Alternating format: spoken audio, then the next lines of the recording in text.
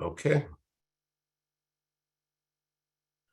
Good evening and welcome to the Finance and Claims Committee meeting of the Norwalk Common Council for today, Thursday, February 9th, 2023, beginning at 7:06 p.m. And I'll begin the meeting by calling the roll of the Finance and Claims Committee members. Councilmember Jen McMurr, Present. Councilmember Nora Nadelski-Eichner, Present. Councilmember Diana Revolus, Present. Councilmember Ed Camacho, Present. and Councilmember Greg Burnett are present. Councilmember Brian Meeks will not be joining this evening, and Councilmember John Cotties will be late, but we have a quorum. Thank you. So we'll move on to public participation. We did not receive any emails submitted for tonight's meeting. Larry, do we have anyone who has a hand raised that wishes to speak at this time? I don't think so. If anyone would like to speak, please raise your hand electronically now and I will unmute you.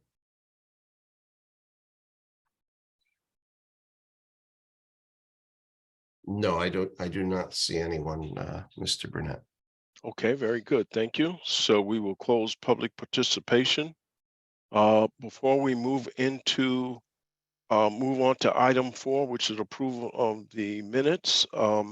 Mayor Rilling has joined and would like to make a few comments. Mayor Rilling. Thank you, Mr. Burnett. First of all, good evening, and thank you to the Finance Committee for all of your commitment to serving on the Finance Committee as we undergo another budget process. Tonight, you're going to be seeing the first initial draft of the budget as presented by Mr. Dakowitz. As most of you know, that by the time the budget season is over and the process is done, there will undoubtedly be some changes from the document you're going to see tonight.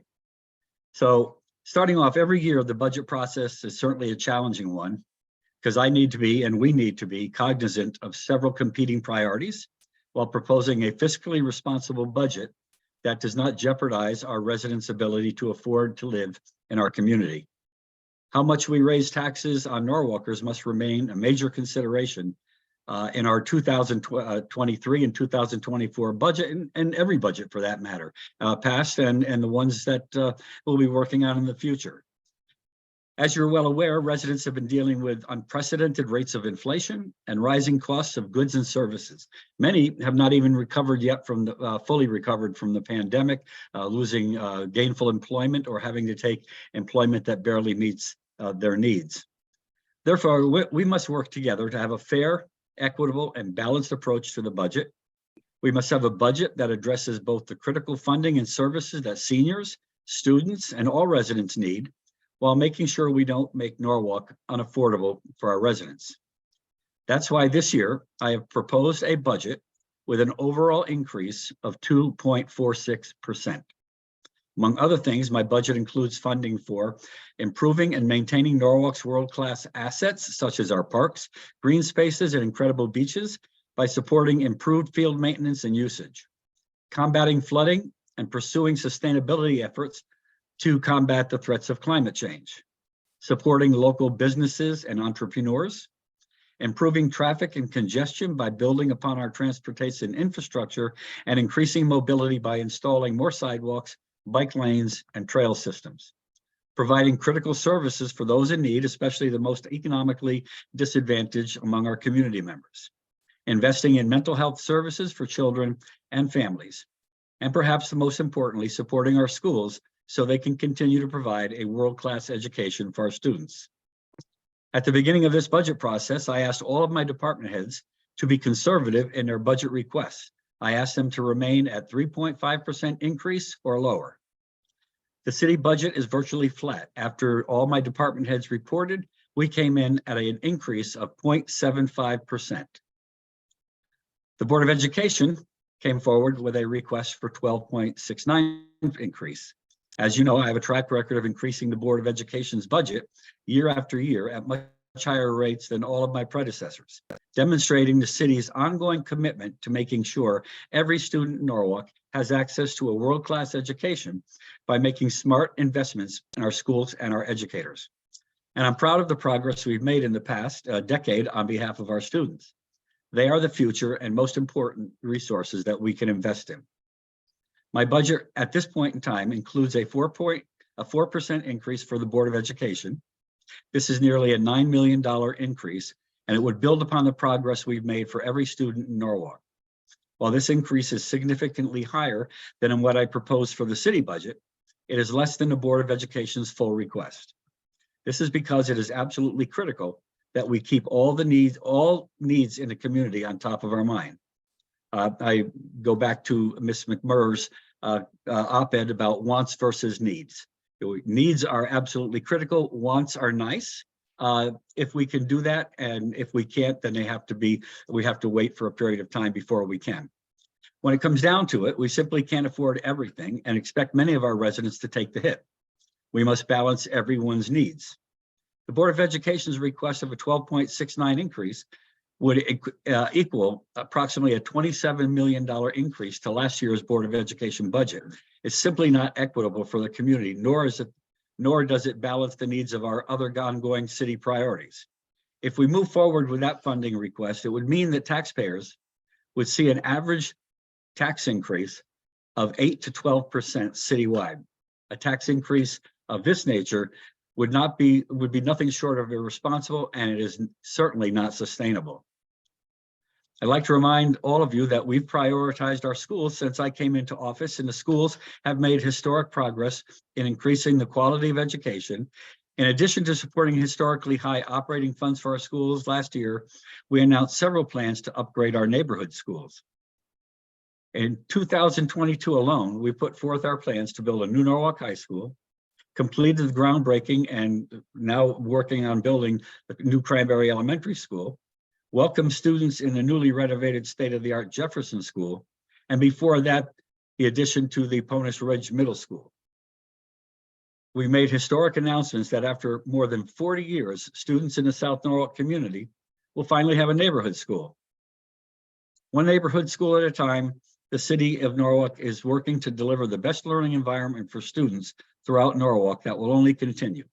I know that some will feel that this budget does not go far enough to fund our schools. I am committing today that the city will continue to seek out creative ways to fund a number of critical services, including mental health services that are allocated somewhat in the Board of Education's request. So we're going to be finding ways to fund those mental health services and be able to take that burden on ourselves. And we look to build upon relationships with community providers and nonprofit organizations that will help us meet those critical needs. This is a fiscally responsible budget. It represents a fair and equitable balanced approach. It balances many of the city's priorities while continuing to support historically high funding for our schools without jeopardizing our residents' ability to afford to continue to live in the school and the community. I look forward during the budget process to working with all of you, to having these discussions and making sure that we put together a fair and equitable budget. And again, I do thank you all for the efforts that you've made and the efforts that you will be making in the coming weeks and months. Thank you. Thank you, Mayor Rilling. We will continue on the agenda. Before we move to the approval of minutes, please let the record show that Council members David Hooverman and Council member Nicole Ayers have also joined the meeting. So item 4 is approval of the minutes of the following Finance Committee meetings. We'll take the first one, January 12th, 2023, which was the special joint Finance and Claims and Board of Education Finance Committee meeting. So we have a motion on these minutes. Councilmember Jen McMurr, thank you. Do we have any additions, deletions, or changes?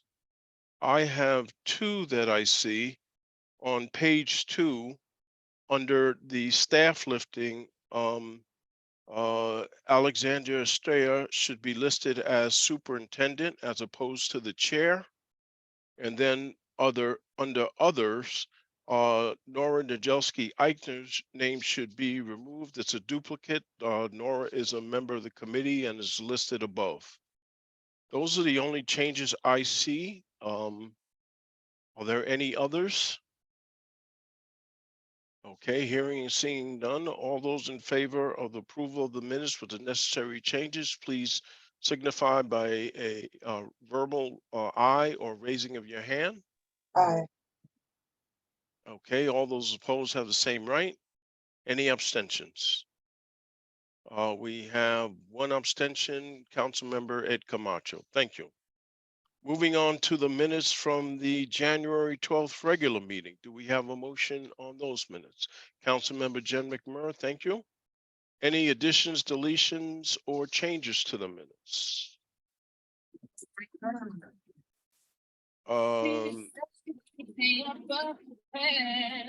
Can you please mute your phone if you're not speaking? Thank you. As far as changes to the minutes, I have a couple. On page 1 under staff listing, the correct spelling for the tax assessor is ASSESSOR. So if we can make that correction. And then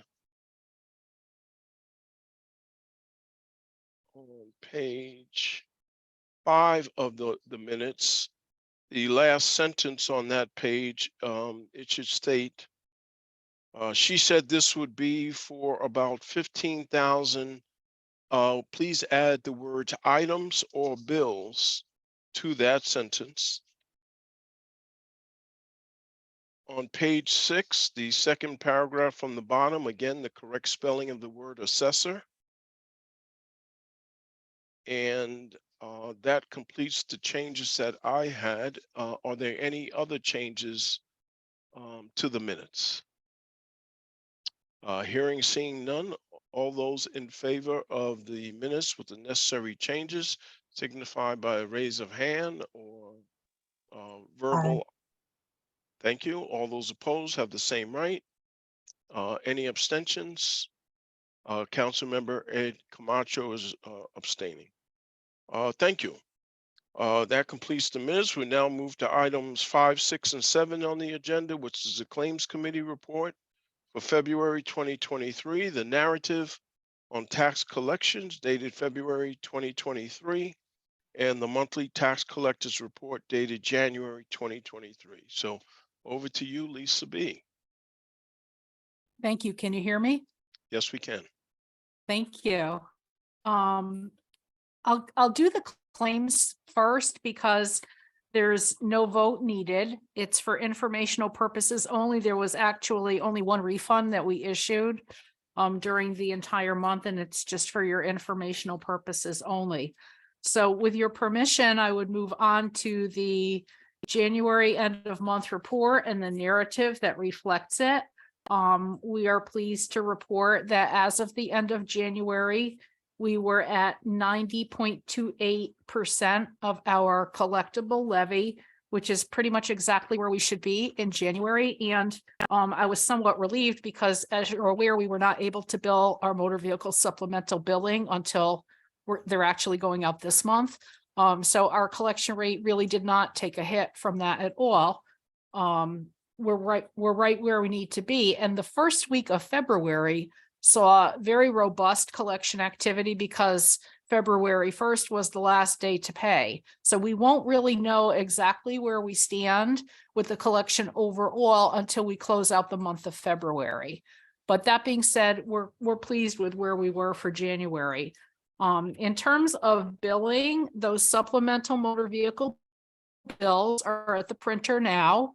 They'll probably be mailed next week. They are due, as you voted at the last meeting, they will be due March 1st, payable without interest by April 1st. It's about 15,000 bills that are going out, and the levy for those is an additional $4.4 million. So we're on track with that. Our collection agency activity, that third-party collection agency that the council approved in 2022, We collected more than $300,000 in the month of December and another nearly $150,000 in the month of January. Another mailing is going out today. Things are going very well with that. And the only other thing that I did want to bring your attention to is we are still working on our software conversion. We do anticipate that we will be cutting over to our new system on the 1st of March. It has been going very, very well. We're working with the new vendor. The assessor's office is working with them as well. This is only the assessor's office and the collector's office are two divisions that are changing over, but it's been going very, very well. So that's in this monthly report, and I'm hopeful that by the time I speak with you again, in March, we will already have cut over, but I'm glad to answer any questions that you have.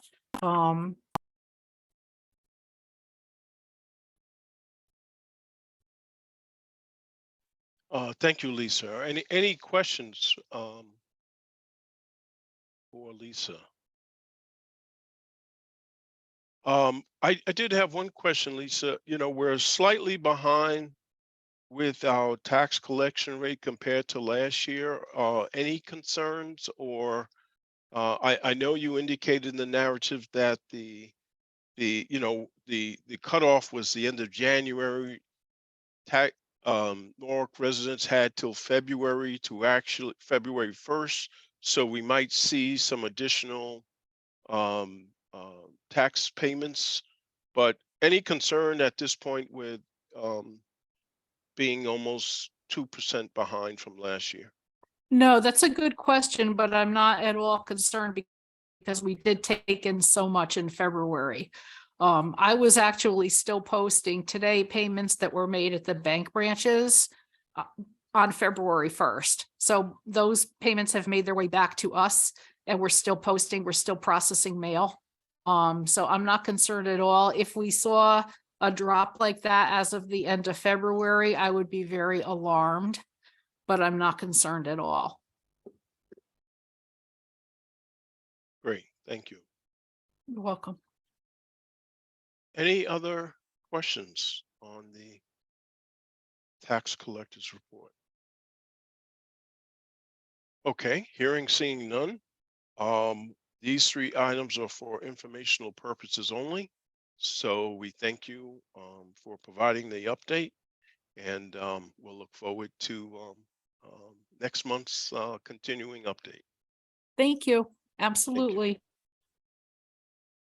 Moving on to item 8 on the agenda, which is to receive the Oak Hills Authority monthly financial statement for December 2022. And we have the chairperson of the Norwalk Park Authority, Joe Androsco. Joe, how are you doing?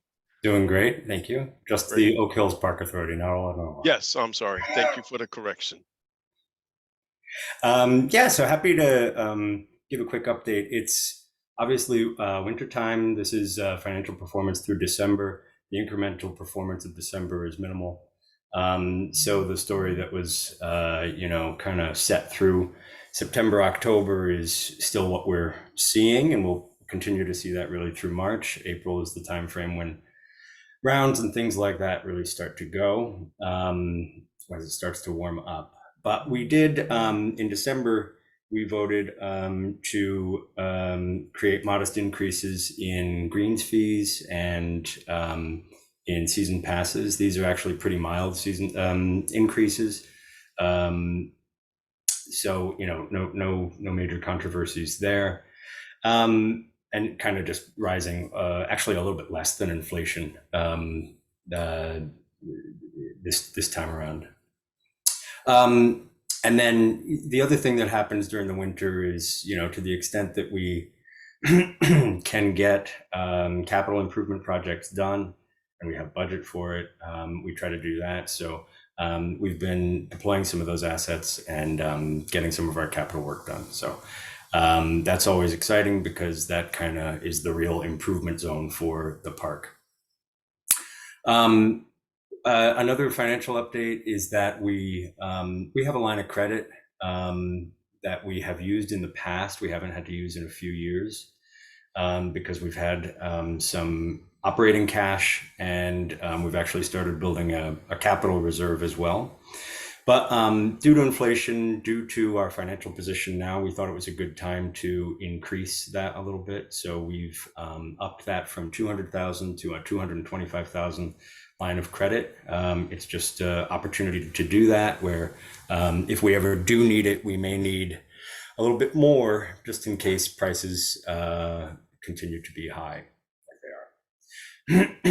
And finally, I know what's usually on people's minds is the restaurant and the contract for the restaurant. There are some past due balances on the current contract, and we have been working dutifully with the operator to make sure that those are put into a plan to be repaid in full. It is going to take a little bit of time, but we have been making progress. And I'd say it's really good faith negotiations that we've been in. Protracted, but constant progress. So we are actually ready to come to some conclusion on that. And we'll kind of be able to provide more details when everything is said and done.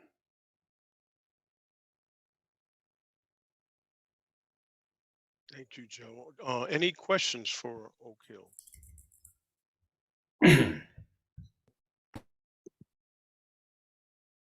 Just on the last item that you shared with us related to the restaurant. So is the restaurant still in service currently? The restaurant's closed for the winter right Okay. now, but it does expect to be open mid-March.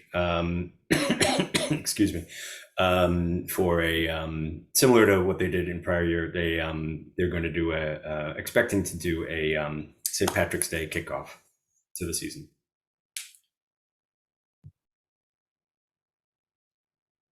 Greg, may I ask a question? Yes, yes. Joe, about that line of credit, do you lock in an interest rate now, or does that float based on when you draw that down? I think we've locked it in.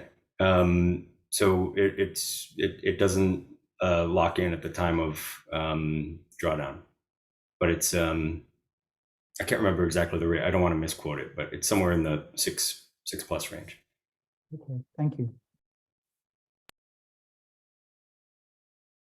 Okay, seeing no other further questions or comments.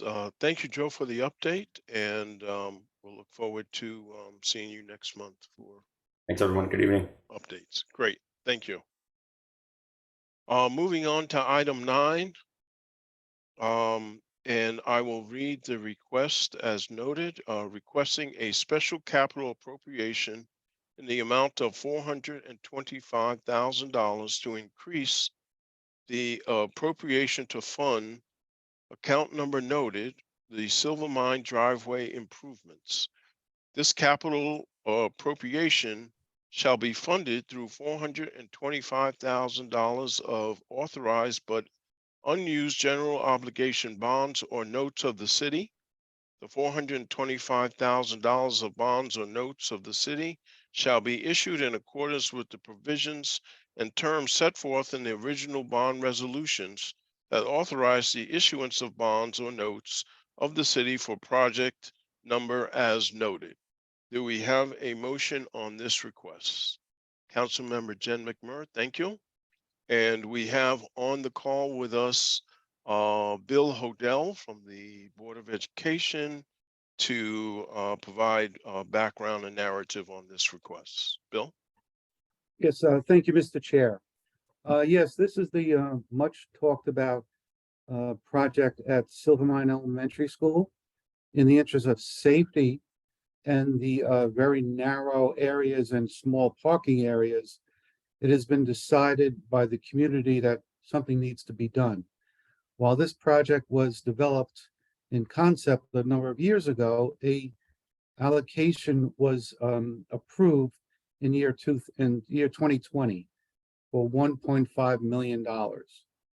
So we went and had a design. There were quite a few delays. Earlier, a couple of months ago, we went out to bid, and the lowest bid came from B&W Paving and Landscaping. That was one of 2 bids that were received. And unfortunately, that was over the amount that had initially been approved. We were about, what was it, 1.744 million, which was over the amount of 1.5. While we took a look at the existing overall capital budget allocated to the Board of Ed, and we were able to repurpose some funds. Half of that was funds previously allocated to, or roughly half of that was allocated to paving projects. So we thought that this would certainly fall into that category. The remaining half, or a little more than half, was from other areas in the capital budget where we suggested if the best way to do this would be to reallocate those funds as opposed to asking for new funds. As a result, I've explained this at various committees and have received approvals. And here I am today in hopes that we receive this approval in order to move on to the Common Council next meeting, I believe is next week.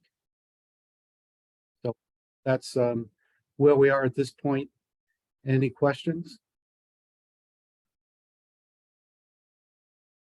Are there any questions or comments related to this request? I did have one question, Bill. So you're closing out 9 projects. Are those 9 projects still in process, or have they completely been completed, and these are funds that are now available that can be reallocated? That is correct. They've been completed and it will be a great time to reallocate them right now. Okay, thank you. Okay, if there's no, oh, yes, Councilmember Jen McMurray. Sorry, thank you, Chair. I just wanted to say I'm really glad to see that this project is moving forward. I know a lot of the Silvermine families have been asking for this for a few years, and I'm glad we were able to reallocate things and make this project move forward. So thank you for that. Thank you. And that's a great question, and you might have mentioned it and I missed it, but what is the projected time, assuming approval takes place, that that the work will actually be done? So we've been working with B&W Paving already to get submittals in place. Submittals are a way of contacting vendors who would need to supply the goods. Some of them are long lead time items. They have been working with us, even though they don't have a contract, to give us that information and based on availability on that time frame. So we hope to have long lead time items ordered very soon. And the project will start the day after the students graduate in mid-June. And it will be completed minus perhaps maybe a tree or two and some grass. But the paved areas and the lighting will be available for the first day of school. Great, thank you.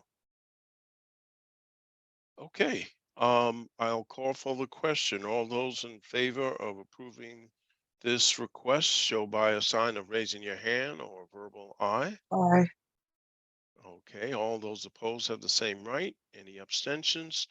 The request is approved, and we'll move on now to the full Common Council for review and approval on Tuesday, February 14th, which is next week. Thank you. Thank you. We now move to item 10, which is the update from our tax assessor related to the revaluation process. Over to Bill Ford. Thank you, sir, for having me here tonight. At the chairman's request, we've come to just provide some information about the revaluation.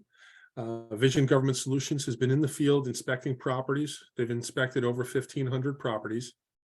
Of those properties, a little less than 20% had people home to provide access to the properties.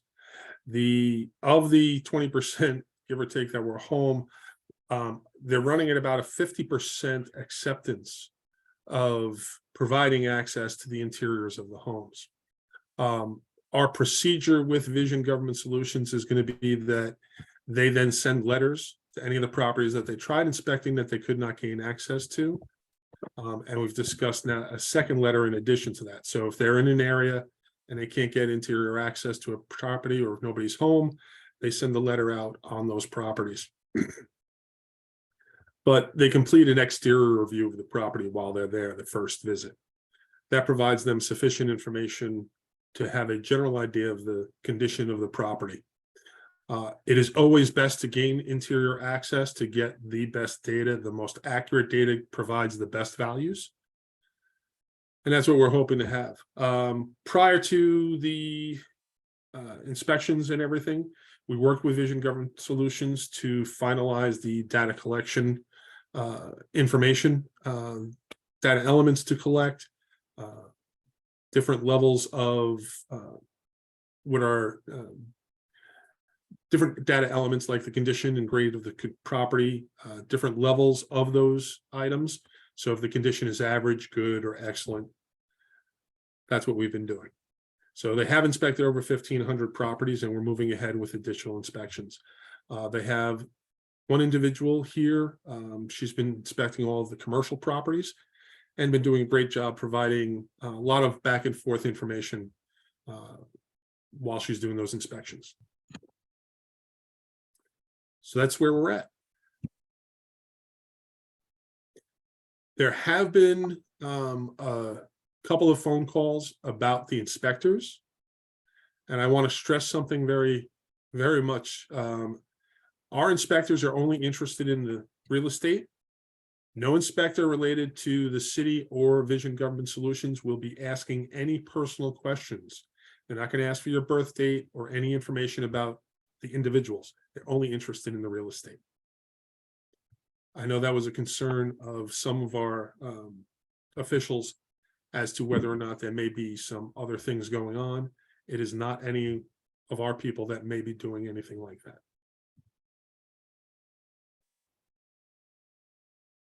One question I have, Bill, is what is the process if a homeowner sees one of the assessors at their door and they have any hesitation, who should they contact to gain a level of comfort in terms of letting them into their home? So they can contact the assessor's office. If they have any confusion whether or not the person is a Vision employee, the Vision employees have ID cards. They're wearing, the yellow vests. They have a letter of authorization from me. So it's not, just Joe Schmo coming out to the property. They actually have a letter with their name, their vehicle identification on it, the vehicle make, model, the color of the vehicle, and the license plate are all on the letter that I provide. That information is also with our customer service department and with our police department. So we've distributed the information about the inspectors that are out in the field. Right, thank you. Councilmember Nora Najelski-Eichner, and then Councilmember David Hoofman. Thank you, Chair, and thank you, Mr. Ford. And this, may be a matter of hindsight being 2020, but I do wonder, given the really low rate of uptake so far, I do wonder if it might be worth sending a preemptive letter. As you and I have discussed in previous meetings, I think there's a tremendous amount of confusion and concern. People have been, I think, rightly well educated over the last few years to try to avoid scams, particularly our seniors. If you were getting upticks of 40, 50%, I'd say, great, it's working. Let's catch the people on the backside. But with this level of inability to enter, I do wonder if it's worth considering doing a preemptive letter, particularly to the extent if you could notify a neighborhood, people will be in your neighborhood this week. I'm just wondering if that might increase the uptick rates, which might be, better in the long run. Putting it out there, I really, you know the business, but I know I have heard comments from people who are concerned, confused, not understanding, worried that these people are scammers. So I do think that all of our good scam prevention efforts are working. Unfortunately, in this instance, maybe a little bit against us.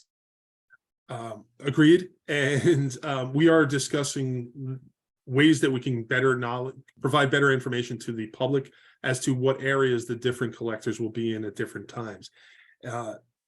What happens with these revaluation companies is they use different staff at different times, and somebody will be assigned to one neighborhood, somebody else will be assigned to a different neighborhood.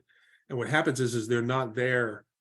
They may be there one day that week and not be there till the following week. That's kind of the issue that we run into with a letter saying, okay, everybody's going to be in your area on this date. That's not actually the way that it occurs. Yep, no, I can certainly understand that. And I know you're well aware of the problem, but I do want to appreciate, like I said, I want to give shout outs to all of our very thoughtful, very careful and prepared Norwalk residents. You're doing us proud in being careful about scams. And I do appreciate that. And I have been contacted by 2 of the districts about trying to provide some kind of flyer in their mailers. And I'm working on something for that as well to try and get the information out there, reason for the revaluation, how we value the properties, that type of stuff. Thank you. I appreciate it.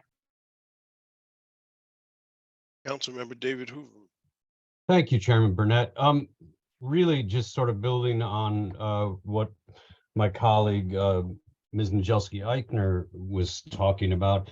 Are we doing a regular cadence of notifying people, of letting people know? Because I'm getting, a lot of people didn't really know this was happening. And I realized that we have seniors who don't necessarily use social media. We have people who aren't, don't go on the city website very often, or don't know how to navigate the city website. I mean, what are we doing? A broad range of things to notify folks of what's happening, not just a single letter, but other different media as well, so that we're making sure that people know this is coming, and maybe that will help with the uptick. I have to agree with Ms. Najelski-Eichner that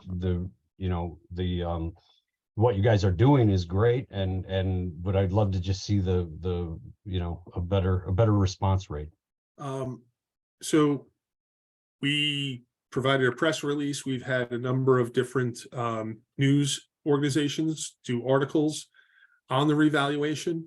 I had a phone call from somebody that basically said to me, well, why didn't you tell me? And I said, well, I explained the different ways that we have done, put the information out there. It's on the website. It's all these different places. They literally told me they don't read the newspaper. They don't go to websites. I finally asked them if, and they basically told me they don't even read the mail that they receive. And I could not figure out how to contact this person after the phone call. We are trying to put as much information out there as possible as it becomes available. As I just said, 2 of the districts regarding their mailers, we're looking at putting together a flyer to put that into their mailers, and we're going to try and get the information out there that way as well. So you're sending mailers to every property, every taxpayer within the city? So the process starts with the revaluation company is doing inspections. If they cannot gain access to a property, then they send a letter directly to that property requesting they contact the revaluation company, Vision Government Solutions, to have an inspection performed. If they don't respond to the first letter, then a second letter goes out advising them of all the benefits of having the inspections performed, telling them that this is the best route, that it provides the most accurate data, et cetera, et cetera. So there will Why be don't we send, I'm just curious why we don't send an initial email to every homeowner, every taxpayer? Why is that? So the big problem with sending a blanket email to every property owner. Not email, I'm talking about a mail, an actual. I'm sorry, I'm sorry, you said email, so I was responding. I'm sorry, I meant mailer. Even a postal letter, the reason that we don't send it out is we may send them a letter now. Somebody may not be in their neighborhood until June. So that kind of runs into the situation. And the other thing that it does, I have seen in other areas where it created scams when the blanket letters went out saying, hey, somebody's going to be in your neighborhood. inspecting properties. It's like a blanket notice to those entities that try to scam people. Okay.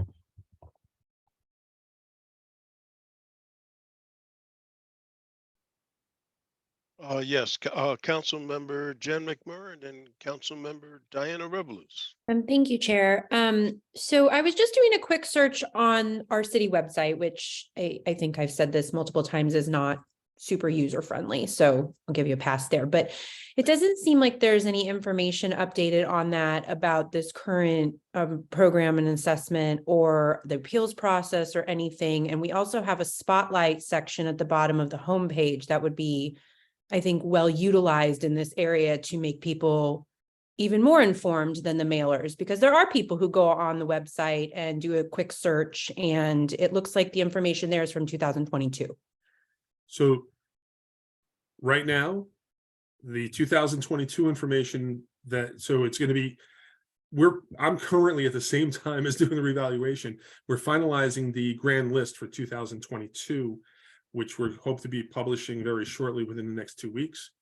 Once that is published, then the BAA for this time period we don't want to confuse people too much with the 2023 grand list versus the 2022 grand list. Sure, that makes sense. I still think that you could utilize that web page and that spotlight to talk about the current situation going on too, and what people can expect. Just, I think the more places you can get this out, the better. And I agree. it's free. We will review the spotlight section of it.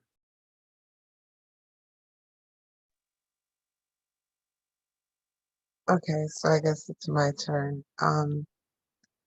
Thank you, everyone. My question might be actually quite mundane in all of this. What are the hours of operation that these assessors come out to the homes? The inspectors are, they leave City Hall usually around 8:30 and can work as late as 5:30.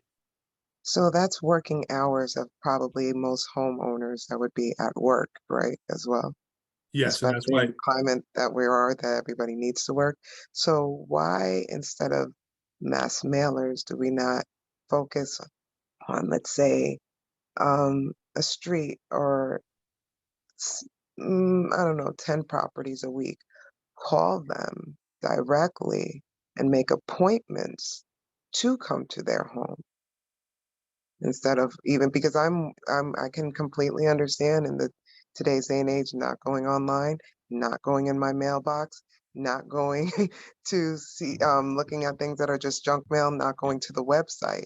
So just especially since you said you had a conversation with one of the owners, why wouldn't we try to just designate making appointments with people, and even on, maybe, I know it might be a little bit extra, I don't want to do that, but let's say on a weekend or different hours that people are actually home there, then they know that it's you.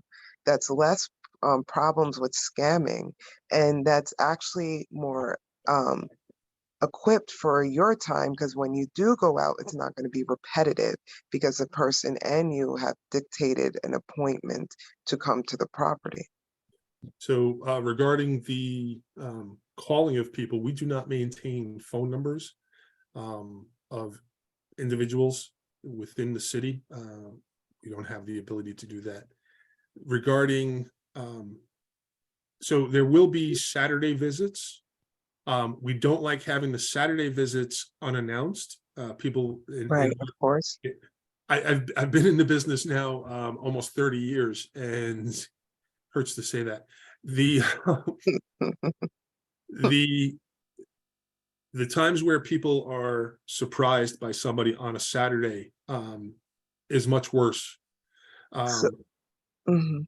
So that's why we don't do So I would Saturdays unless definitely, it's a scheduled appointment.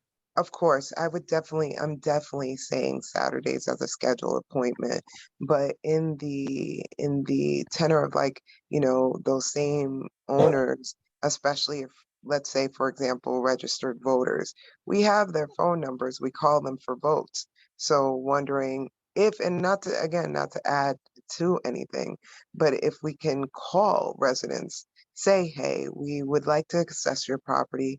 We want to know if you're available sometime this week or this month. And Saturdays are available if you're available to it. And just maybe it might take a little bit of time for the call, but definitely save a lot more time and resources once you actually get there, to not have to repeat, to not have to send duplicate mailers, so on and so forth. Just wondering. And I will say that the inspection rates that we're getting are a little low, but they're typical for a revaluation. People do not like having anybody in their house. And especially assessors, they believe that any information used will only increase their value. Yeah. So the inspection rates, they're a little low, but they are typical of a revaluation. They're not incredibly low. It's not something where red flags are going off, that we're not hitting the numbers that we should be hitting. In addition to, we do not have the staff to call all the homeowners and have a discussion like you're talking about, because it would not be a short phone call. It would have to explain the revaluation. It would have to explain, you're talking about a 20-30 minute phone call for each one. And we do not have the staff to do that. And lastly, I completely understand, again, not to add to you, just even in that, and if it's not, it's okay, but even in that, to minimize that length, just be like, you know, that with any questions, that is definitely something we can assist or discuss once we're there, but just make the appointment. But if that's not available, I get it. It was just, you know, a possibility of maybe that can be done. But I do get it if, you know, you don't have. Let me stress that the time, so right now it stops because of darkness. So as we get into the spring and the extended time period of lightness, they will be able to work later and be there when people are home. Okay. All right. Thank you so much. Great. Councilmember Nora Dejowski Eichner, and then Councilmember David Hooverman. Thank you, Chair and Mr. Ford. And the comment you just made actually relates to what I think I was going to ask. So what exactly, I mean, I guess I'm wondering if we're worrying about something that isn't actually that big of a deal. I mean, if you're expecting uptick rates that are this low, you know, what are the consequences for the validity and strength of our reevaluation? I mean, is the external really sufficient in most instances? Do properties that are inspected inside and out tend to have less, you know, or tend to fight their assessments less? Like, I guess I'm now trying to understand then what really is the objective here. If you know, if these rates are actually about what you expected. So what we're looking for is properties that have changed. So we have the data in the system from the previous revaluation in 2018. We have it from the full revaluation where they inspected all the properties in 2013.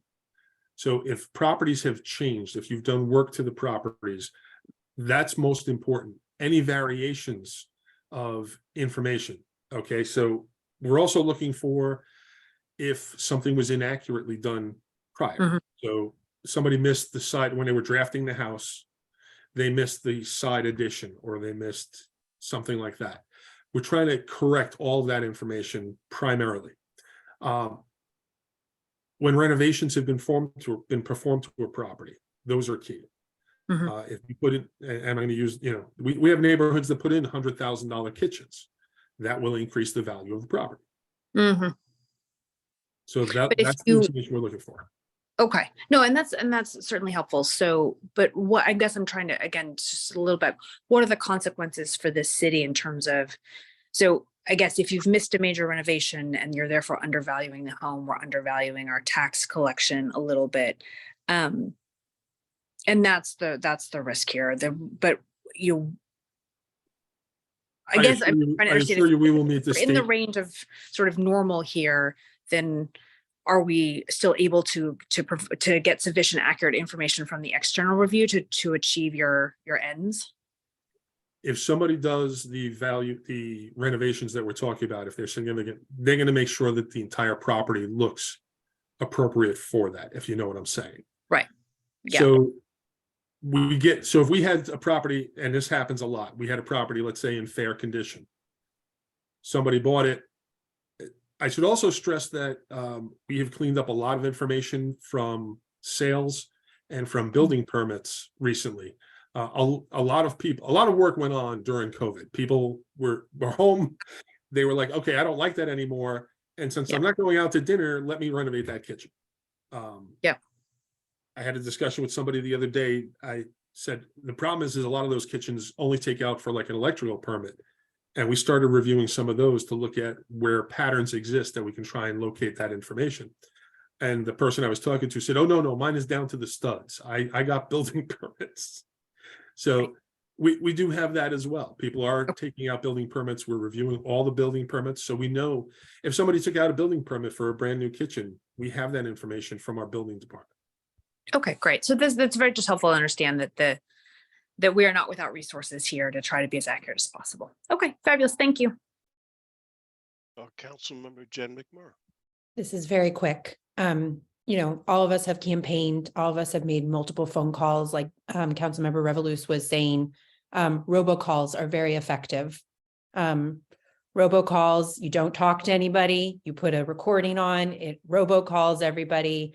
I think that's another use of our resources if we can, and it would not keep you on the phone for 30 minutes per resident, I promise you. So I'm just throwing that out there as another idea. But we wouldn't be able to schedule appointments like Councilor Revolus wanted with robocalls. No, but you could let them know in another way if they don't read the newspaper, go on social media, et cetera, or read their mail, which again, I understand your frustration with that. We go through that too. It's hard to communicate with people if they don't want to be communicated with. But any which way you can communicate with them, because that is my profession. Let's do it. Yes, ma'am. Councilmember Diana Revolus and then Councilmember David. And just to jump on what my colleague, thank you, McMurray said, and Ms. Chelsea Eichner, you just clarified that then you actually do have more pinpoint locations that you're trying to go to. It's not like a mass caller. Therefore, since you just did a major renovation, I can call you and say, hey, can we schedule an appointment? So just out of help with what was just said with the robocall and the fact that there's particular renovations that would then mark that, hey, I have to go here. Let me get on the phone with them. Let me send a robocall to them, something like that. Just saying, maybe a little bit more of assistance. It sounds probably more cumbersome, but just hearing the last two statements just minimizes that and can, at the end of the day, kind of save effort, time, and money by just doing the reach out directly. So the reach out for building permits, that does occur. So if we know that somebody did a kitchen renovation, those people are called up. We have their phone number on a building department permit application. So those people are contacted in advance, and those have already mostly been expected for the current year, never mind next year. We cleaned up a lot of information. So a lot of properties sold in the last 3 years. Those properties that sold, we have interior photos of the property from the brokers, listings, and information that we have from the public realm. So we have that information that is reviewed and analyzed as well. So we have all these different connections as to how we're getting all of the data into our system. Okay. Okay, Councilmember David Hooverman. Thank you, Chairman Burnett. I'll be brief. I just want to build on something that Councilperson McMurray brought up, which is earlier she mentioned the spotlight section on the website. We also, we still have a COVID-19 button on the front, which actively takes you to a site. How long have we known that we were going to do this reval, and why hadn't we planned ahead for something along those lines? I feel like this conversation is about, hey, how can we catch up here to tell the public, as opposed to why aren't we doing these types of things in advance? And that's where I'll leave that. So the revaluations are required every 5 years in the state of Connecticut. And that's 5 years to plan for the next one. We had a pretty rough reval the last time, so we knew the better we can get information out, the more information that we can get out, the sooner we get the information out. If this happens every 5 years, why do we continue to have these conversations? That's the question that I'm asking. So I'm sorry, I did not get to finish. I started to say, every 5 years, we're required to do a revaluation. Every 10 years is when a full inspection is required, where the people actually come out to every property and do those inspections. It's every 10 years. We had COVID, we had a number of other things going on during this time period where we weren't sure what process we were going to take. There was a potential that we could postpone the revaluation as well. We've looked at all this different situations, and we're here, and they've started doing the inspections. They will be ramping up more in the spring, okay, to do more of the inspections, and we will be getting the data and the information out to the public as much as possible.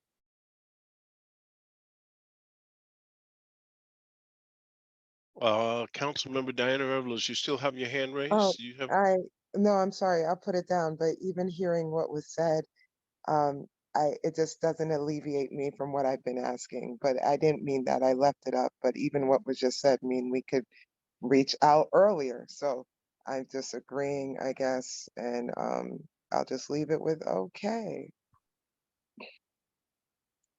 I'm gonna find the lower hand button now. okay, great discussion. I think our tax assessor has additional ideas to toss around, and hopefully we can continue to see an uptick in the outreach. Thanks for the update. We'll now move on to item 11, also from the tax collector's office, and it's a request as follows. Request approval for the extension of the software agreement with Vision Government Solutions Computer Assisted Mass Appraisal CAMA, including certain cloud services during the revaluation for amount not to exceed $35,694 for 2 years. Account noted. Do we have a motion on this request? Motion? Okay, Councilmember Diane Revelous, thank you. Over to you, Bill, for this request. Thank you, sir. So Vision Government Solutions has been the city's software provider since 2013. This is just an extension so that we can continue using their software.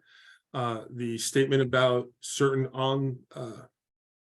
online services, certain cloud services, the inspectors that are going out and their managers that supervise them set up a online system so that they can access data and look at it in the field and do different things as they go through. All of this data is actually public information. It's our property record cards. If anybody goes online, they can see all of our property record cards are out there. Our assessment data is available to the public all the time. What this is one part of it is the extension of our existing agreement. We need to be able to still use it in the office. And the online part of it is for the Vision Government employees, Vision Government Services employees, to be able to access it in the field. As you said, the account numbers there, this was already budgeted for in our system. It's just we discovered that the new document had to be signed by the mayor. Okay. And this is again covering subscription fee and web hosting fee, both items. The web hosting fee is actually free. It is for their employees to access it, but they need an agreement since it's our data.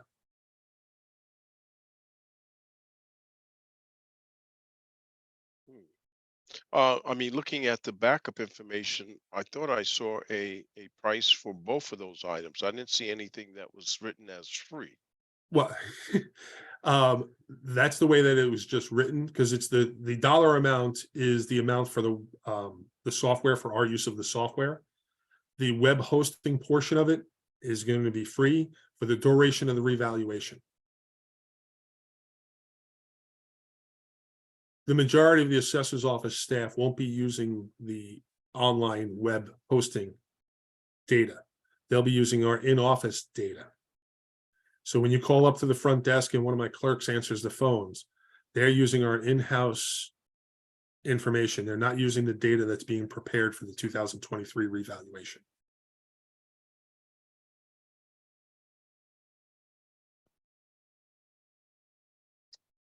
Okay, Councilmember Nora Jagelski Eichner. No, I'm just wanted to second Chair Burnett's concern on that. I'm reading the documents right now, and it very definitely has a 5,000 and some odd dollars annual fee for both years. So if that's inaccurate, do we need to have it revised before we vote on it?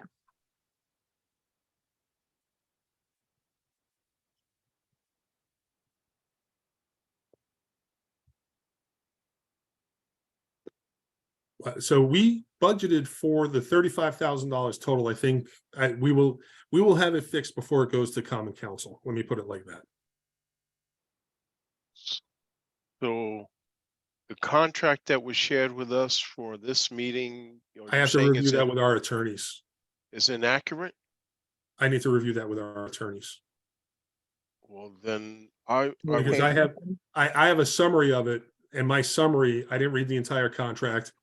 That's what I have attorneys for. Let me review it with the attorneys. I would really like to have this voted on tonight so that we don't have a delay in the revaluation. The online access for the government services, Vision Government Services employees is what made us discover the issue of the agreement being out of date. Our attorneys discovered when they were reviewing all the information, they discovered that the agreement was out of date and they wanted it updated. I understand that. However, and I understand the sensitivity and the time sensitivity. However, the information that you shared with us, where you're saying there's a service that's free, but the paperwork that the backup that you provided clearly is stating there's a dollar amount associated with. So there's a disconnect. And that's, I need to find out what happened there. That there's not supposed to be any charge for the web hosting. That is supposed to be free. And it is for the Vision Government Services employees to access the data. Could I make a comment? The total dollar amount is the same, the $35,000 or $36,000. Whether it's allocated to the web hosting or not, the total amount we're paying this vendor is $35,000 or $36,000, and those are the services we're going to get. I think we can check with our attorneys and clean this up, but I would really appreciate moving this forward to council, because we're in the middle of reval, and without this contract signed, it might delay the reval. And we're not even talking a dollar difference. We're talking about a detail in how the price was allocated on an invoice. We'll get it right, but I really think that if the finance committee could approve it, it would help everyone. And we will come back, Mr. Ford can come back and explain what got done. He'll do it at the council where all of you will be present. Councilmember Jen McMurray. I would just suggest that, yes, we all have attorneys, but something as important as a contract should be reviewed by the person presenting it. My husband's an attorney who reviews contracts, and I always read my own contracts. So I just think that is best practice, and I'm a little shocked that that wasn't done. I apologize. Again, this was something that was brought to my attention. I'll say we rushed this. This was actually, I was advised of it right before the weekend. It was put onto the agenda on Monday. And it was rushed. I agree with you. I should have reviewed it clearer. Councilmember Nora Jagelski Eichner, and then Councilmember Ed Camacho. Well, and I mean, I certainly understand Henry and or Mr. Dakowitz and Mr. Ford why this is important, but it of course does raise questions, right? If they have, if the contract, a copy of the contract that they gave you allocates, only $20,000 to the service we think we're providing, or we think we're having to pay for, then should we only be paying $20,000 for this service, right? So I'm reluctant to vote for a $35,000 appropriation if there's a possibility that in fact the error is on their end in the total, and they in fact, I very much understand the time sensitivity. I don't know if there's alternate ways we could move this, but when they've put the contract forward with numbers for the services we are paying for that are lower than what we're attempting to vote for, I don't really want to vote for an additional $10,000 if we don't need to pay it. The total amount that we are currently paying, we're already paying the 35,000. But if you look at the contract, they've only allocated $20,000 to the services we require. So if they have, that's their work that they've put that in. So that then says to me, maybe in fact the services are only $20,000, right? I'm reluctant to overvote on something that is potentially their error, if that makes sense. I don't think we would get an invoice for $20,000 if they took off the 10,000 from the 5,000 per year. The total is 36,000. And whether they call it 20 plus 15 or 25 plus 10 or 35 plus 0, we need all these services. We can't walk away from the hosting. The point is it's either included with a total of 36, or for some accounting purposes, maybe internal, they wanted to show a charge of 10,000. I really don't see how this changes anything with the relationship with the vendor. Well, I guess because we haven't seen an invoice for 30,000. All we've seen is a contract for 35,000 that has the money allocated to something that we've also been told it's not supposed to be allocated to. So if you want to send me an invoice for $35,000, then I'll consider it. But I'm not going to vote on a contract that has information that is inaccurate to what you're telling me that it should have, right? That's not our job. Our sole job here on this committee, right, is to be monitoring the accuracy of our financial spending. And so on a representation that I've seen no documentation for, that makes me uncomfortable. Councilmember Ed Camacho and then Councilmember Nora, excuse me, I'm just keep reading it. Nicole Ayers.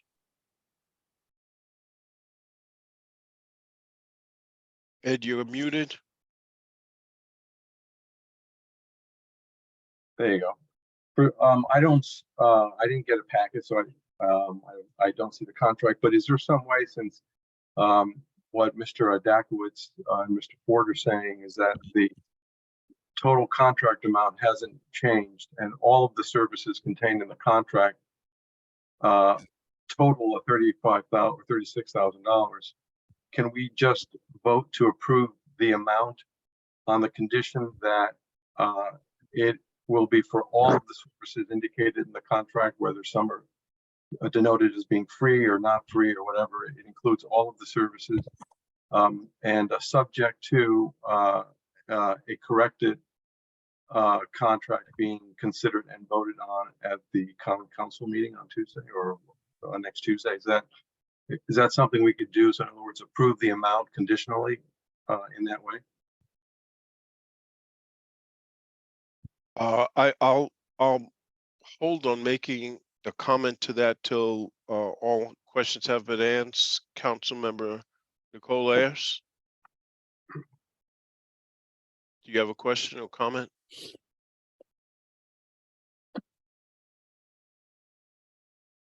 Sorry, I was having trouble unmuting. I respect the position of Mr. Ford as well as Mr. Dakowicz, but my concern is that you are promoting that you do not want to affect the relationship between you and the vendor. But it would have been nice if you had that much due diligence not to affect the relationship between you and this council who has oversight over you. So you cannot come to this council, this committee, or the full council with partial or inaccurate statements and be emotional when we are not 100% okay with voting for it. I agree with what has been said by my other colleagues, but I am quite disturbed by the tone that is being presented, because we are essentially questioning, which is within our rights, questioning the accuracy of a document. So you cannot hold against us our due diligence, and that's what we are here to do. So I'm very disturbed, Mr. Dakowich, with the comment that you don't want to bother the relationship between you and the vendor. I hope going forward, you take that much emotion not to bother the relationship between you, this committee, and in general, the council. Thank you, Mr. Chair. I'd like to respond, please. Yes, go ahead. And then I'm Thank going to call, for the question. There's a motion on the floor. Thank you. You mentioned about reviewing the financial responsibilities and obligations of the city. I believe Mr. Ford had reached an agreement for $36,000 with the vendor. He said he thought that the web hosting was free. The documentation didn't show that, but the documentation agreed with the $36,000. So the total amount that is being expended and asking for approval has not changed. That is why I feel that we can clean up the details. And when you accuse me of respecting the relationship with the vendor more than the respect I have for the finance committee, that is not true. I respect the finance committee and the whole council very much. My point is, from an operational point of view, Mr. Ford and I have discussed this, and this contract was pushed through quickly because if it gets delayed a month so that the finance committee approves it next month and then it goes to the council, we may delay the revaluation. And it may cause us harm because we didn't get this approval. You are free to agree or not agree, or to approve or not approve. I would never question or challenge your authority. I was just trying to say, from a financial perspective, nothing has changed about this obligation. $36,000 is $36,000. This happens all the time in accounting and bookkeeping when the sub details are handled different ways by different accounting systems. That's why I am not concerned. If the documentation that we presented did not total $36,000, I would agree 100% that we have to review this and Mr. Ford has to go back to the vendor. But because the total was the same and a delay in approval might negatively affect the revaluation, that is why I made my comments. Thank you. Could I just So point out- there is a motion on the floor to move forward with this. As was recommended, we can table this item until the council meeting next Tuesday, February 14th, with the understanding that we will receive prior to the council meeting accurate information.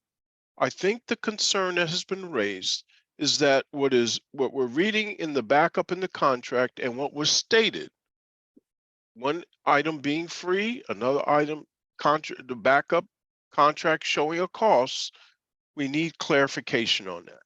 So to allow opportunity for that clarification, this item can be tabled until the council meeting on Tuesday, February 14th.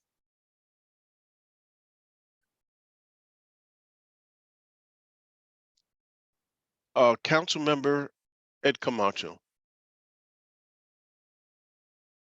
I'm not sure what motion that was. I'm assuming that wasn't what I had. That wasn't what I suggested. What I suggested was that that we vote on the item and approve the $36,000. You made a comment. There's a motion on the floor. I just made the motion to table this item until the council meeting on Tuesday, February 14th, pending we receive updated information. So that is the motion that's on the floor right now. And I definitely asked if we could table this. So I'm happy on the motion that was given, because I definitely did ask, could we table this? But that just kind of got put to the side. I agree. I think it should be tabled until we can get clarification, but then it can move to the full council if you're okay with that, Chair. So we have a motion to table this item until Tuesday, February 14th. All those in favor of the motion to table show by the sign of raising your hand. Aye. All those opposed have the same right. We have one opposed, Ed Camacho. Any abstentions? So the motion to table has passed, and we will wait to receive the updated information prior to the council meeting.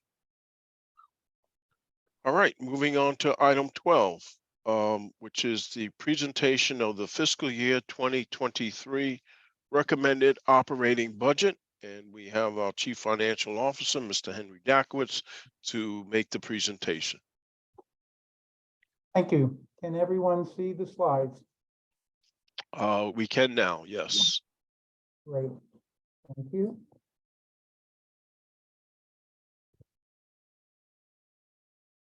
Let me just go through the table of contents. So we'll first talk about the budget process and the calendar, present the recommended operating budget.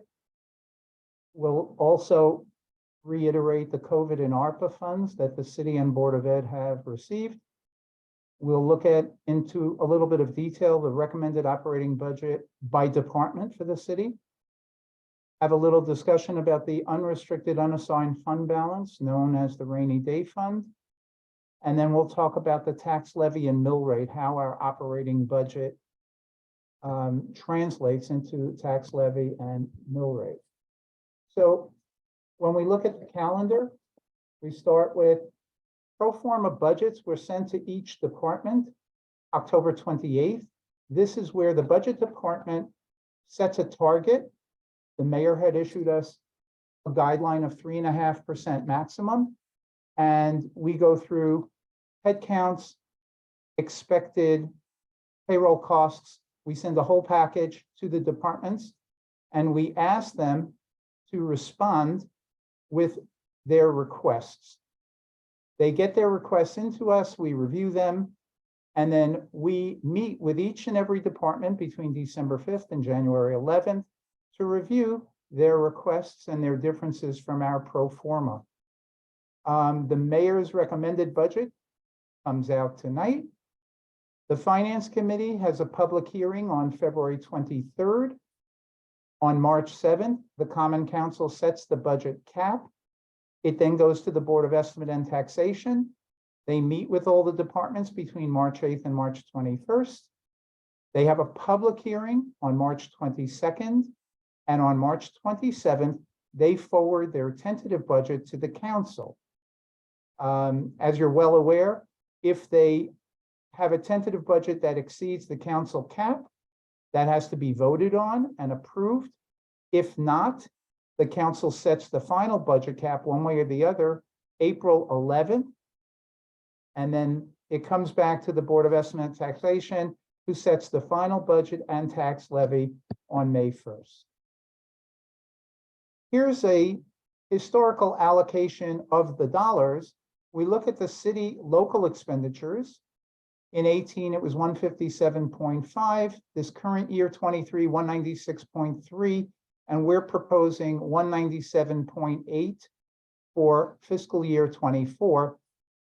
What I do on this slide is try to remind everyone that part of the city's budget is actually being spent on behalf of the Board of Education. In-kind services performed by the city. This is prepared by the controller and sent to the State Board of Education. And we have been spending in the area of $10 to $12 million a year on services that we provide to the Board of Ed. Our debt service on the Board of Ed's construction projects is $19.4 million. So we have $29.4 million, which is in our budget, but is really not on behalf of the city. If we deduct that, the local taxes that are supporting city expenditures is $168.4 million. This year, it's going down by 1.6 million, or a little less than 1%.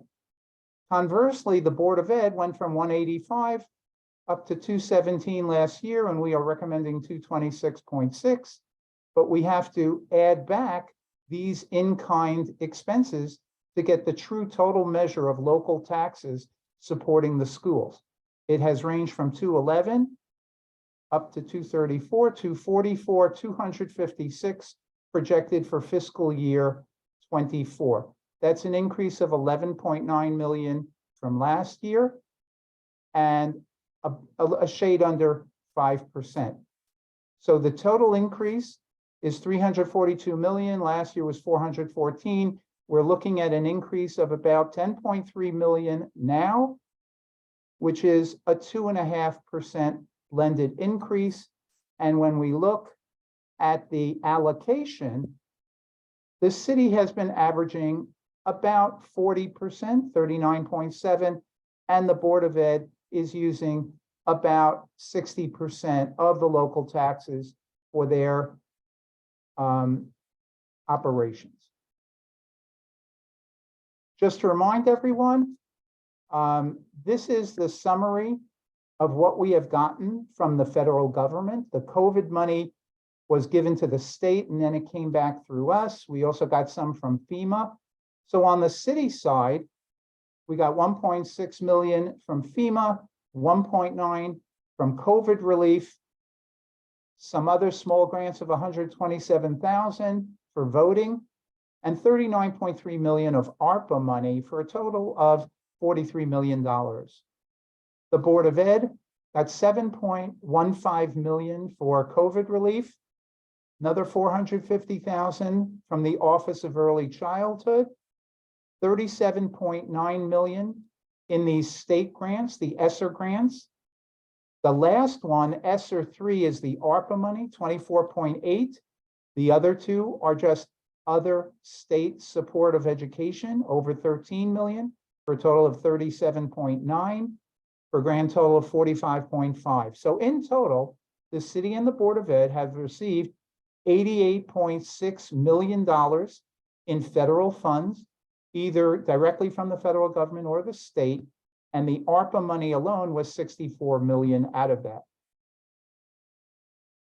For this fiscal year 24, the mayor's recommendation for the Board of Ed is an increase of $8.7 million, or 4% from last year's approved amount of 217.8 million. Total recommended amount 226.6.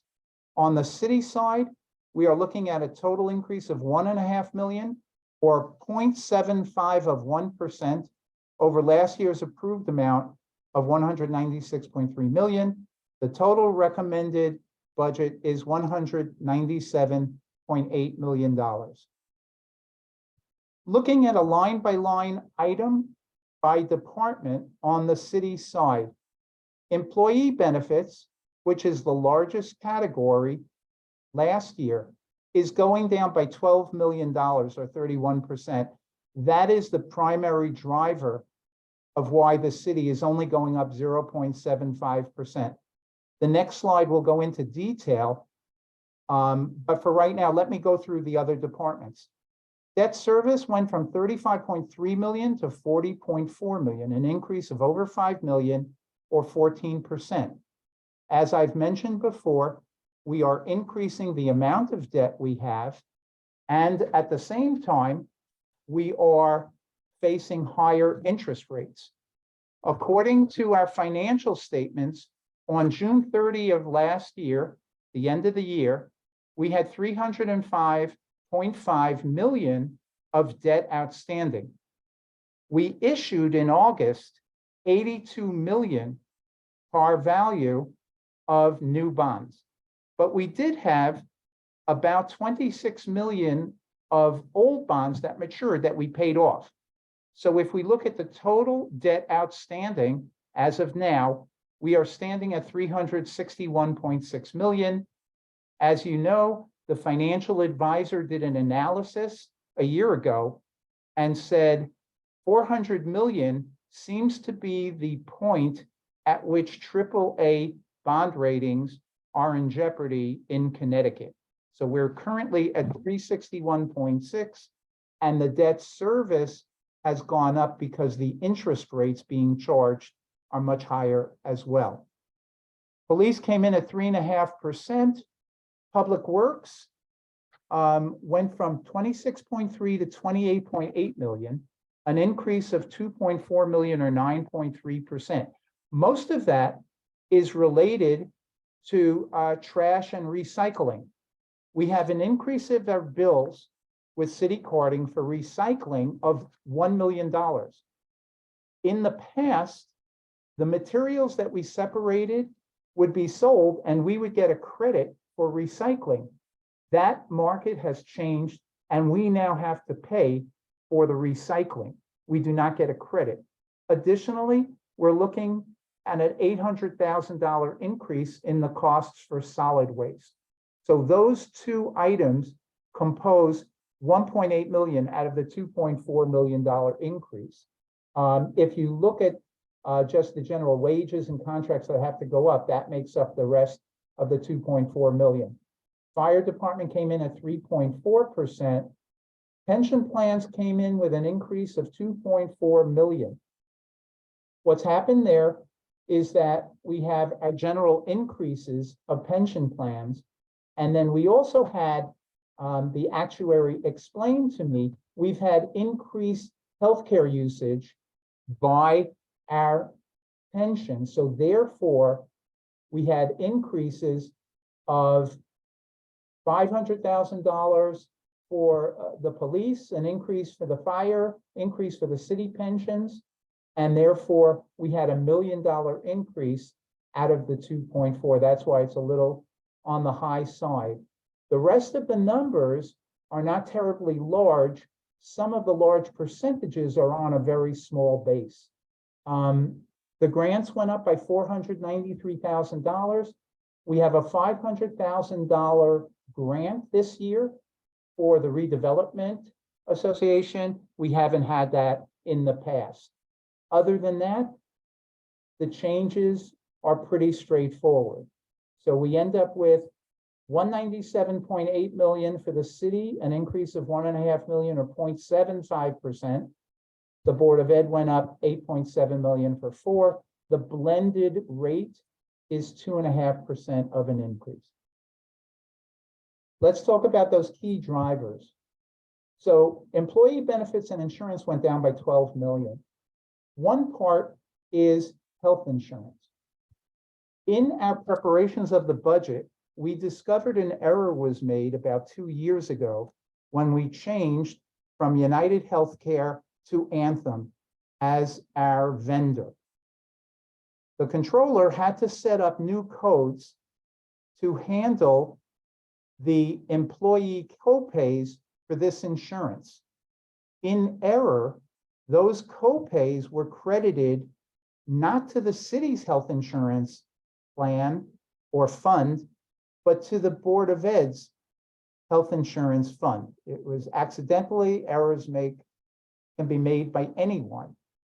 So we've had 2 years worth of underfunding the health insurance account for the city and overfunding the health insurance account for the Board of Ed. On June 30th of this last year, the balance in the health insurance account for the Board of Ed was 5.9 million. 5.2 million was that overcrediting for our employees withholding. So I've informed Mr. Osmani and the Board of Ed, we made a transfer. It's internal to the insurance fund from the health insurance account for the Board of Ed to the health insurance account of the city of 5.2 million. Because of that, we were able to reduce, this is a one-time, won't happen again, but we were able to reduce the amount we needed for this year's budget for health insurance expenses. Additionally, for OPEB, which is, it stands for Other Post-Employment Benefits, and it is primarily health insurance coverage for our retirees. So what has happened was that our OPEB trust fund is 95% funded. And that was because we funded it at the actuarially determined contribution rates. And for the last couple of years, we were fortunate with good investment returns for those fundings. In addition, most recently this past year, the actuaries informed me that the usage of health facilities and doctors was lower than anticipated. The combination of all those factors allowed us to, the actuaries calculated that our required contribution dropped by $8 million. Again, it's one time. They warned me, they've seen this in other cities because of COVID. Sometimes with COVID, older people did not go to the doctors and hospitals as they normally would. So this may go down, but we may have a rebound effect next year as people go to the physicians now that COVID has subsided. But for this year, we get that benefit. So we had a positive, in essence, a reduction of our requirements of 13.2 million.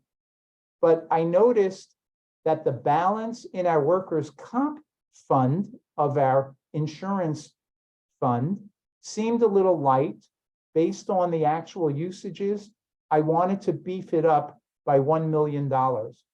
So I took 1 million of those 13 million savings and used it to increase the funding of our workers' comp account to make sure we had enough of a balance for future claims. Our debt service, as I mentioned, went up 5.1 million, and the pensions went up 2.4 million. Let's talk a little bit about a rainy day fund. Now, when you're evaluating a rainy day fund, the traditional measure and metric is to compare it to the total budget, general fund expenditures. So here were our total expenditures actual through 22, budgeted for the current fiscal year 23, and recommended for 24.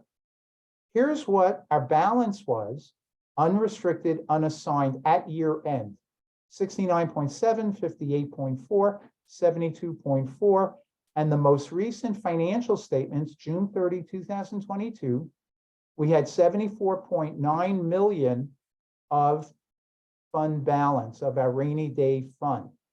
Now, going forward, we have planned in our budget for 23, our current year, to use $4 million of our rainy day fund.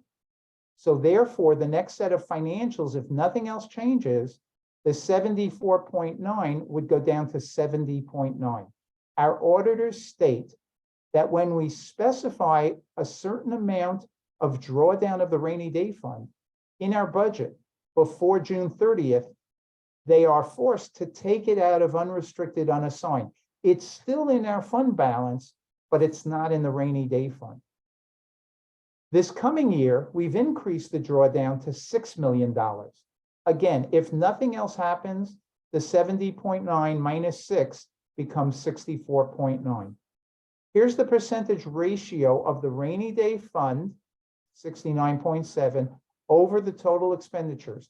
We were at 20%, 16.1, 19, 19.4. At the end of this year, we should be at 17.1, and the plan for next year's budget is 15.3. We budget for a balance of revenues and expenditures so that fund balance will not change. We are planning a $6 million drawdown. Consequently, our auditors will deduct that from our 6/30/2023 balance of 70.9 million. This is a very important factor when the rating agencies assign a credit rating. They look at a rainy day fund and say, remember, they're evaluating the likelihood that the borrower, the city, might not be able to make interest and principal payments on time. When they see a 70.9 or a $74.9 million rainy day fund, they say, well, if things really get terrible, they have $70 or $75 million to utilize to pay the principal and interest. So it gives them greater comfort, and that's part of the reason for our AAA bond rating. Let's talk about how the budget translates into mill rates and tax bills by district. So the budget last year totaled 414.2 million. The mayor is recommending a fiscal year 24 budget of 424.4 million. And we have a 4% increase for the Board of Ed, 0.75 for the city, a blended 2.46.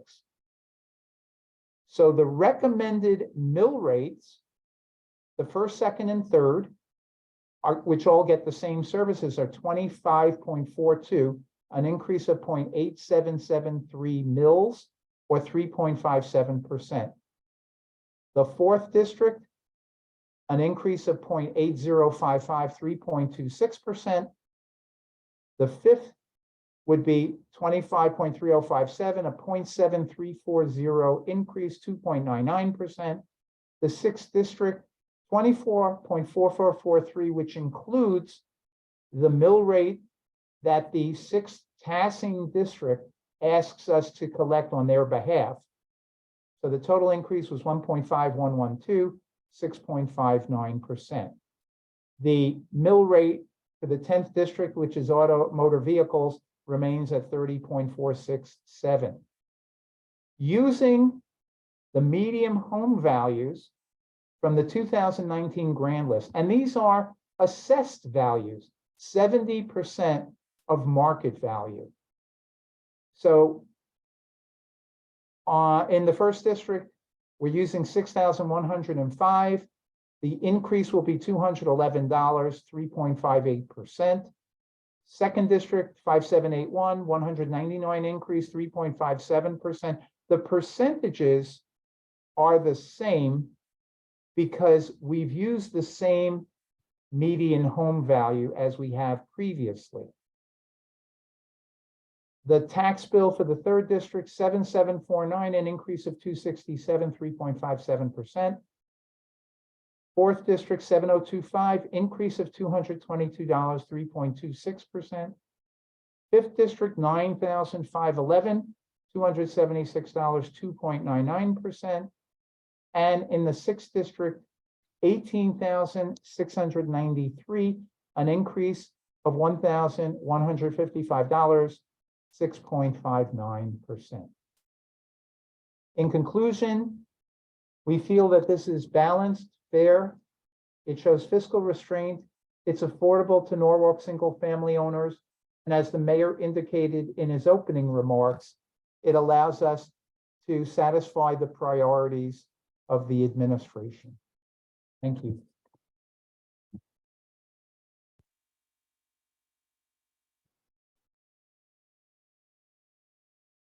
We're open for questions, comments at this time, based on the presentation.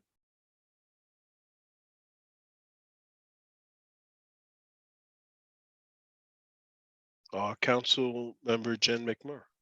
I promise mine is not controversial. I am just wondering if we will be getting either an email or a packet with this information to review further. We have prepared budget books. Unfortunately, there were several last-minute changes today, which might delay the issuance. We had expected and planned to issue it tomorrow morning. I would believe it may go out tomorrow, but latest by Monday. Thank you. You're welcome. Council Member David Hooverman. Could we at least get a copy of this deck for sure? Oh, absolutely. Thank you. You're welcome.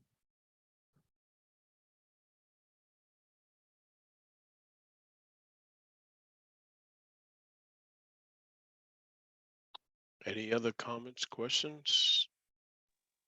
I know this is the first time we're seeing the presentation, so need time to digest it and formulate your comments and questions, etc. So not obligated to do it after just seeing it for just 5 minutes ago. Council Member Nora Nadolski-Eichner. Thank you, Chair. Just to refresh my memory from last year, we do have an opportunity to ask questions at the public hearing, correct? Yeah. Yes. I'm sorry. I'm presenting Monday night to the BET and Tuesday to the full Common Council.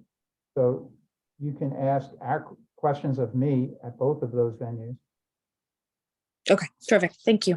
To your question, Councilmember Nora Nadelsky, you're talking about the public hearing on the 23rd? I was asking about the public hearing, but obviously, Mr. Dakowitz is correct. Presuming we get the budget books, tomorrow, I will probably be prepared to ask questions on Tuesday. So if we don't get the budget books till Monday, I'm not as confident about that. So that's why I was asking about whether we would also have an opportunity to ask questions at the public hearing for this committee. Well, yeah, right, okay. Councilmember David Hoopman. I guess that sort of building on that question was, will we have them at least by Tuesday by the council meeting? Or you don't know, you're not certain? Understand, there were changes made. The budget book is a 300-page document. We have to go through the document to make sure there are references to different parts of the budget in various areas. So we have to go through every table and every page to make sure they're coordinated. It takes some time. I'm hopeful that we can make all those changes quickly and get you the books tomorrow. My team, Tom and Agnes, have done a phenomenal job. We were prepared, as I said, to distribute the books tomorrow morning, but with some late changes, we just have to be careful and try to, we want a quality product out there, and we understand the time criticality, and we will try to get it to you before the weekend so that you have the time to review it. Okay, thank you.